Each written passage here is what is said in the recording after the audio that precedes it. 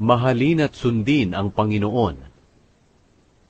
11 Kabanata. Mahalin ninyo ang Panginoon na inyong Diyos, at tuparin ang kanyang mga utos, tuntunin, panuntunan at kautusan.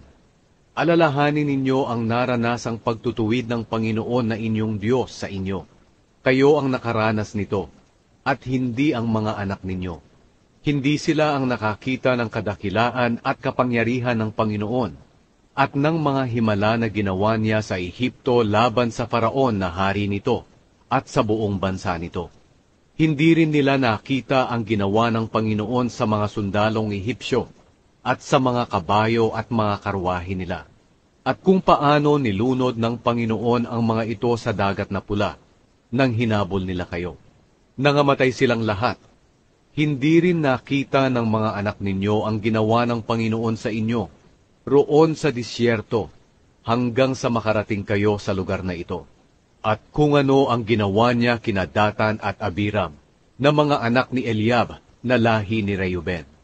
Nilamon sila ng lupang bumuka, pati ang kanilang pamilya, tolda, at ang lahat ng nakatirang kasama nila. Nangyari ito sa harap ng mga Israelita. Kayo ang nakakita ng mga dakilang bagay na ito na ginawa ng Panginoon. Kaya sundin ninyo ang lahat ng utos na ibinibigay ko sa inyo ngayon, para may lakas kayo sa paglalakbay at sa pag-agaw ng lupain sa kabila ng Hordan. Kung susunod kayo, mabubuhay kayo ng matagal doon sa maganda at masaganang lupain na ipinangako ng Panginoon na ibibigay sa inyong mga ninuno at sa kanilang mga salinlahi. Sapagkat ang lupain na aangkinin at titirhan ninyo ay hindi gaya ng lupain sa Ehipto na pinanggalingan ninyo. Doon sa Ehipto, kapag magtatanim kayo, magpapakahirap pa kayo ng todo sa pagpapatubig nito. Ngunit ang lupain na aangkinin ninyo ay may mga bundok at lambak na laging nauulanan. Ang lupaing ito ay inaalagaan ng Panginoon na inyong Diyos. Binabantayan niya ito araw-araw sa buong taon.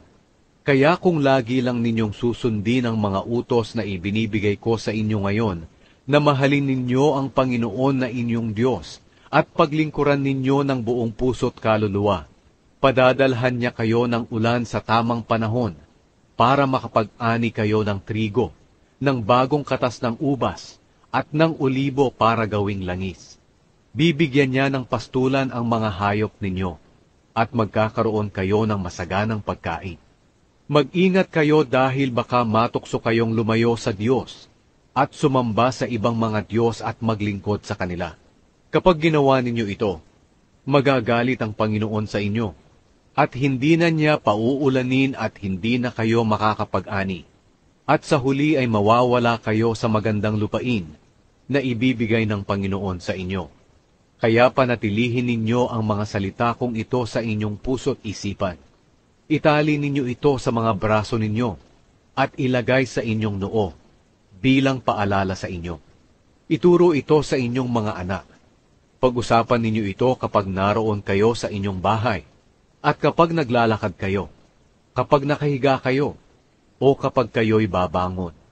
Isulat ninyo ito sa mga hamba ng inyong mga pintuan, at sa pintuan ng inyong lungsod, para kayo at ang inyong mga anak ay mabuhay ng matagal, doon sa lupaing ipinangako ng Panginoon na ibibigay sa inyong mga ninuno.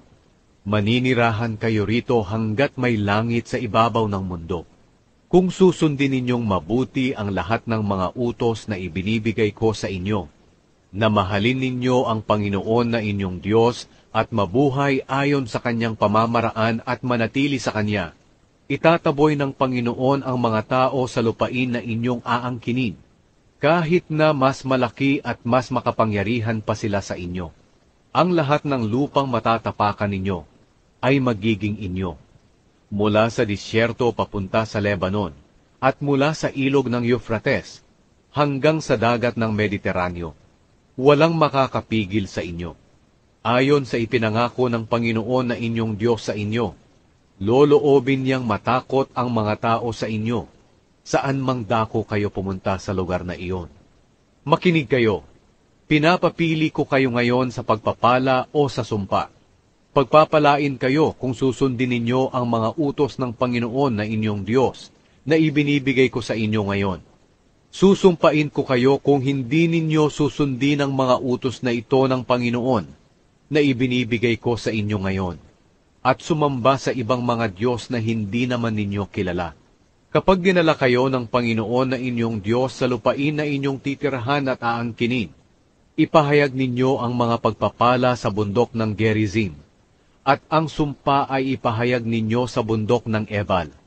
Ang mga bundok na ito ay nasa kanluran ng ilog ng Hordan, sa lupain ng mga Kananeo na naninirahan sa lambak ng Hordan, malapit sa bayan ng Gilgal. Hindi ito malayo sa mga malalaking puno ng More. Tatawid na kayo sa Hordan para pasukin at angkinin ang lupaing ibinibigay ng Panginoon na inyong Diyos sa inyo. Kapag nakuha na ninyo ito at doon na kayo naninirahan, sundin ninyo ang lahat ng mga utos at tuntunin na ibinibigay ko sa inyo sa araw na ito.